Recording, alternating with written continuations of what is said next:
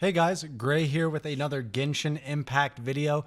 In today's video, I'm hoping maybe my previous video encouraged you to check this game out. And if it did, or if you're just new to the game in general and you're seeing my video, I wanted to give some quick tips for beginners that will help you out in the long term when you're getting started with this game. There's a few things you can do to help maximize your time so you're getting the most out of the game, and just a couple handy tricks that are going to make it easy to get around the game and keep track of what you've done, as well as a couple gameplay tips to help you get the most out of your party and kick the crap out of everything in your way. So if you guys enjoyed the video, please leave a like below. Consider hitting that subscribe button. I know we usually cover Destiny stuff on the channel, but we're diving into Genshin for a little while, and I'm going to be doing some videos on this, so your support is greatly appreciated in that regard. But with that being said, let's dive into it and talk about what you can do to get the most out of your starting experience in Genshin. If you Google Genshin Impact Interactive Map, you'll find this link right here. And this is an extremely useful tool to use while you're playing Genshin Impact. This is a full map of the game world as we know it right now. There's going to be more added later on in future content patches, but this is so helpful because you can track things like the animoculi, and all these different places. There's quests and shrines and chests that you can track here on the map. It's not going to show you this stuff in game. All the little animoculi, they're hidden all over the world, and they're extremely useful to find. You want to try and find as many as you can, especially while you're going through the world for the first time. If you can pick them up, you're going to save yourself a ton of effort in the future. So this website is going to let you track them. What I did was I would just kind of look at an area, say I was heading up to the shrine or over here. I'd pull it up, zoom in real close, then I'd go back into my game, and you can pull it up, match the map, and you can put little markers down all over the world. That's going to help you keep track of where you need to go, what you found, and what you haven't found, so you don't waste time while you're playing Genshin.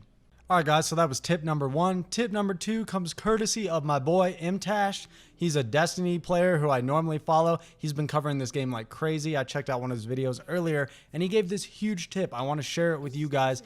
And when you're running around, I'm going to show an example here. When you're sprinting, it seems natural to just go into a full-on sprint and go as long as you can before your stamina runs out. But what if I told you that's not the most efficient way to move? You can see right here, I made it to about this little gap on the wall. Full sprint back from that little pebble in front of the gate of Mondstadt. There's a better way to move. Instead of going full sprint, we're going to have to wait for my stamina to recharge a little bit. But I'm going to show you an example here. Starting from this pebble, if you just do your dash move, when you first hit sprint, you get a real burst of energy really quick. If you keep doing that, you're actually going to go further with your stamina. So you kind of time it. I do like a 1, 2, 3, 1, 2, 3. You can keep spamming this dash ability, and it's not insanely further, but it's going to get you just a little bit more out of your stamina, and that's a huge tip. That way you're not wasting time. You can just move more efficiently. You'll actually end up getting more distance covered out of your stamina bar. All right, guys, tip number three is going to be about enemy shields and matching, well, not matching, but countering the element of their shield. If you play games like Destiny, they can kind of flip-flop on things like that. In these RPG games, you'll see an enemy with like a fire shield, and sometimes you need to use a fire ability to break those shields. In this game, you need to counter the element of the shield. I'm going to show you an example. This Cryo Mage right here, he has an ice shield. Typically in Genshin Impact, we have a few elements we can use against that. You're going to want to use lightning or pyro to break his shield. You have a few different choices, but you can see if I'm using a countering element, it's going to take that shield down much faster. It's already down, and I can just kick his little butt into the ground. Easy clap. Super easy to take him out. If you use an ice element against an ice shield in this game, it's not going to do jack. You're going to take forever to get his shield down.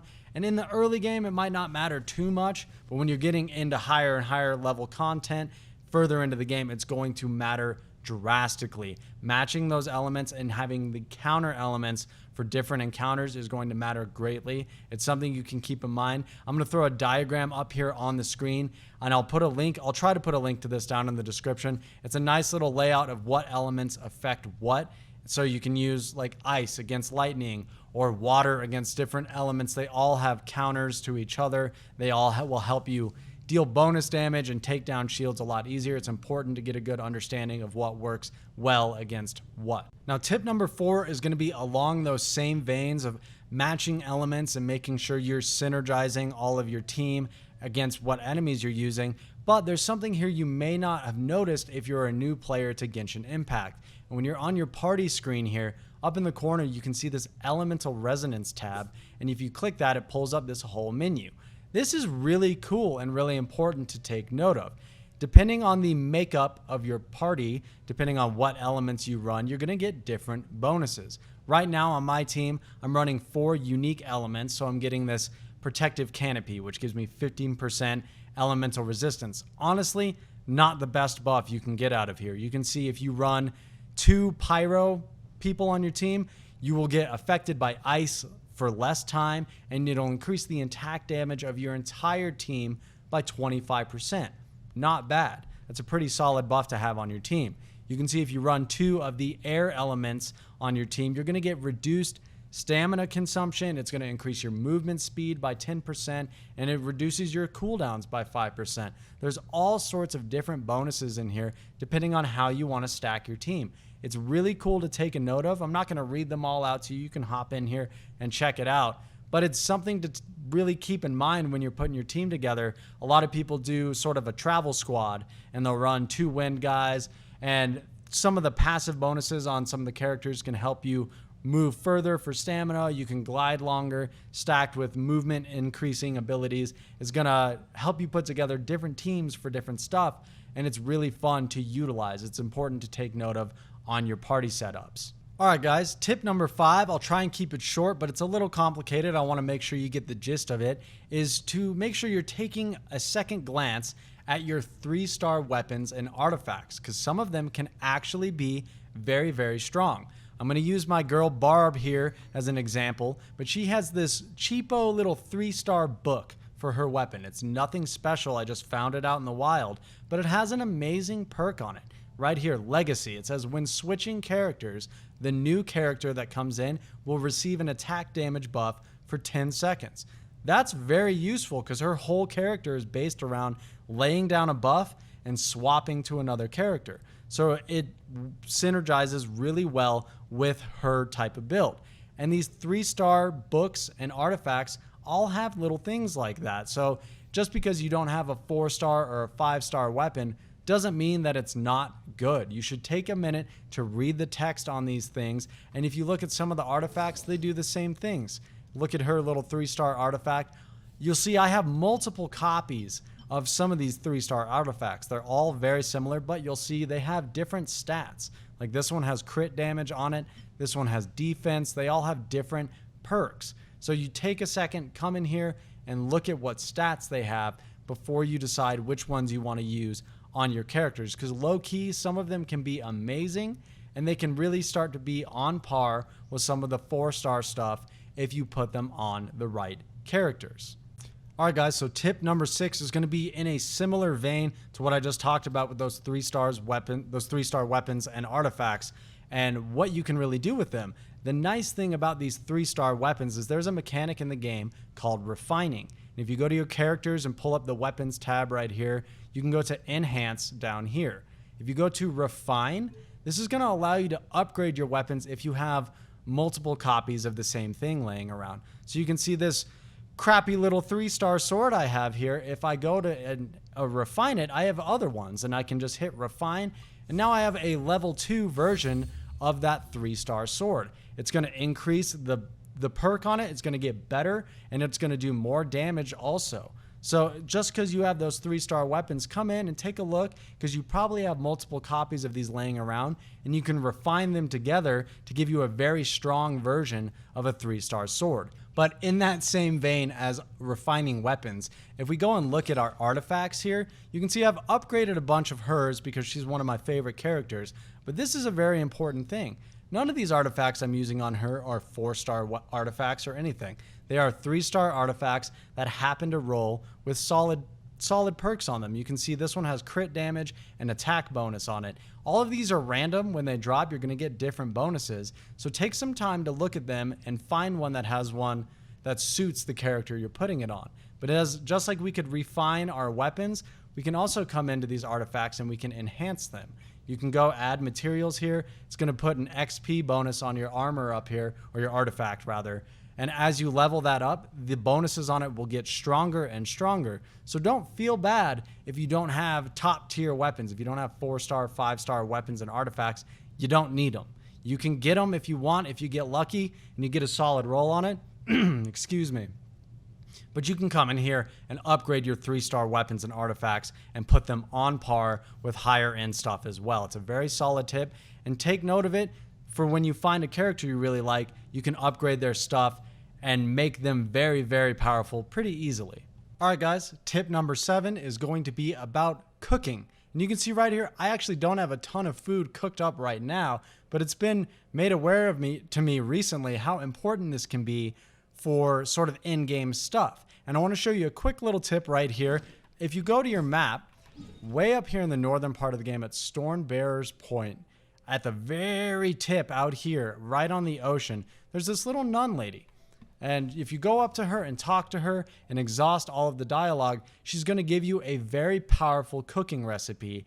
And the buff that this gives you is going to give you increased stamina. Well, it's going to give you reduced stamina consumption for 15 minutes. That's a really nice buff, and it's a super easy dish to make, and you can get the recipe from her, and you throw some dishes like that together. I didn't realize some of the buffs can last as long as 15, 20, even half an hour if you cook them with the right characters. Some characters have passive cooking bonuses you'll want to check out, but some of the recipes in the game are very, very powerful, and that one I'm definitely going to be taking advantage of while I'm out exploring. Having reduced stamina consumption is a very nice buff to have, especially for 15-minute duration. That's super nice. Just a quick tip, don't sleep on cooking because it's going to give you some nice advantages once you start to progress in the game a little bit. All right, guys, if you made it through the entire video, I greatly appreciate it. I see you. I can see who all checks out the entire video, so thank you so much for sticking around. My final tip is going to be one that'll help you out just in the long term as you're playing. If you remember from the beginning of the video, I showed you that Genshin map that you can pull up in a web browser. That's a very useful tool to have, but we can take it one step further by marking things in the map. If you're unaware, the map will let you place custom markers, different markers wherever you want, anywhere. These are extremely useful to use throughout the game. And this isn't the best example, but it'll serve its purpose. You can see right here, I found a little area that has some ore. This ore that spawns. This is just regular ore. It's nothing special, but you're going to find places that have tons of really rare materials that you can farm, and they respawn daily. Some of them are like 48 hours or 72 hours, but they will respawn. And if you take a minute to just plop a marker down, you can say, hey, use a little pickaxe. That's a good spot to come back and grab these materials. That way you'll always remember where those spots are. So if you're like, hey, I need some ore, I think I remember where I can get some crystals, at least you'll have the markers up on your map so you can go check them out and not waste time looking for materials. You'll know where some good spots are to go farm. And likewise, you can use it for things like the shrines. Once you progress, there's little shrines all throughout the game that you need a key to open up. Once you get those keys and open up the shrines, they're done. There's about 20 of them to every zone. And what I do personally, there was one right here on the map. Once I opened it, I put a marker down. That way, when I get another key later on, I know which shrines I've been to, so I don't waste time running to a bunch of shrines that I've already opened up. It's a very useful feature that you can use between the website and this, marking things down. That way, you're not having to backtrack and waste time while you're trying to progress and get into the gameage. So thank you guys for stopping by. That's going to be my final tip. I may do another video with a couple more tips, but these just were some beginner ones that I felt would help me out when I started out. I wish I would have known some of these things. Maybe I'll do sort of an intermediate tips and maybe some expert tips later on, depending on how you guys like these videos. Again, thanks for your time and for stopping by. I hope you enjoy Genshin Impact. If you're diving in and checking it out, I can't say it enough. Badass game. It's free. Dive in, check it out. If you don't like it, no skin off your back. Thank you guys again for checking out the video. I appreciate it greatly. Take care.